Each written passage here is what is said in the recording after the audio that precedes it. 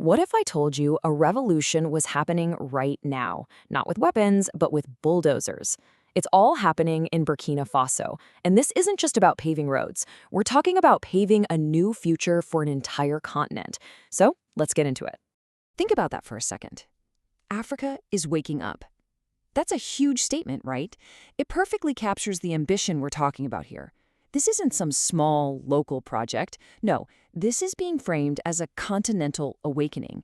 And believe it or not, it all kicks off with one very specific number. Yep, 764. That's the magic number. That's how many brand new road-building machines are at the very heart of this quiet, constructive revolution. And get this, they were funded entirely by Burkina Faso itself. No outside money. These machines are the tools, for sure, but it's the idea behind them that's what's so groundbreaking. Okay, so how did we even get here? Well, it all started with one person making a really bold decision. A decision that basically threw out the old rulebook for how things are supposed to be done in Africa. And this is the guy right here, Ibrahim Traoré. He's only 37 years old. Back in September of 2023, he got up and made an announcement that honestly sent shockwaves across the continent. He said, we're going to launch a massive project to rebuild our own country. But here's the kicker. He was going to do it in a way nobody expected. And this slide really lays it all out, doesn't it? Look at that contrast. For decades, the old way was pretty much set in stone. You need money, you go to the IMF, you take Western aid. But that often meant foreign companies got the contracts, and it created this cycle of dependency. What Traoré is doing is a total 180. He's saying, nope, we're going to use our own money, hire our own people, and rely on ourselves.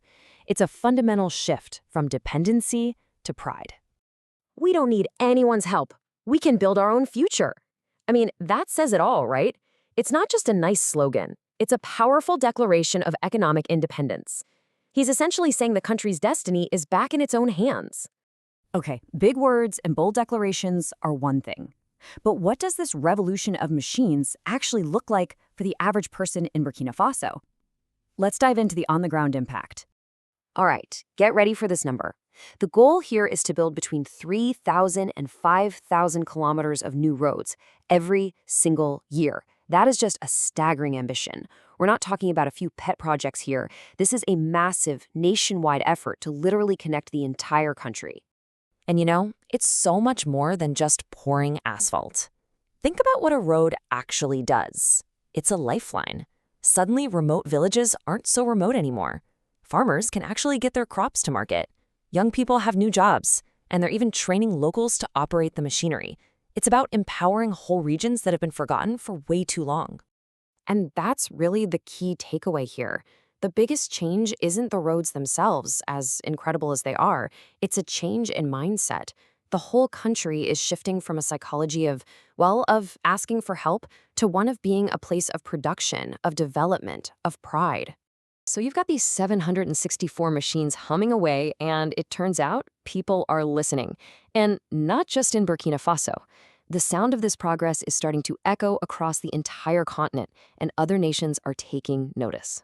First, you have Mali. They're looking over the border, seeing what's happening, and thinking, maybe we could do that. And then there's Niger. They're also paying very close attention. And it doesn't stop there. Soon, leaders in Chad are also watching, intrigued by this whole new approach. It's like a domino effect is starting to happen. Suddenly, Burkina Faso isn't just another country in the region. It's become a living, breathing blueprint. It's actual proof that there's another way forward, a way that doesn't involve those old cycles of debt and dependency. But you know how it is. When you try to change the game, the players who liked the old rules start to push back. And they push back hard. So who exactly is trying to stop this? And this really is the million-dollar question, isn't it? Can this revolution actually last? Because when you have a vision this big, you're guaranteed to make some powerful enemies. So what are the real-world obstacles standing in the way? And the pressure is coming from everywhere. You've got external forces, Western powers, big corporations who frankly benefit from the old system. This new model of self-sufficiency, it's a threat to their influence. Then you've got internal problems, political rivals, people with their own interests, trying to discredit the whole thing. And on top of all that, you have very real security threats in the region and the simple fact that the global economy can be incredibly volatile. It's a fight on multiple fronts. So, knowing all of this, knowing the challenges they're up against, the government isn't just thinking about today. They're playing the long game. They have a very clear strategy for how to make sure this self-sufficient future actually sticks. And the strategy is pretty smart. It's got 3 main parts. Step 1, boost your own domestic production. Make your own stuff. Step 2, pour money into education and technology so you have the skilled people to run everything. And step 3, and this is a big one, become a renewable energy hub. Use all that sunshine to achieve energy independence. And that really brings us full circle, doesn't it? The roads, those 764 machines, the solar panels, they're all just tools. The real goal, the real revolution is something deeper. It's about changing the way people think. The ultimate win isn't a new highway. It's a nationwide belief that you are in control of your own destiny. So, we end right back where we started, with those 764 machines rolling across the landscape. They're building roads in Burkina Faso for sure, but the question they're forcing is for the entire continent. Is this it? Is this the blueprint for a truly self-reliant Africa?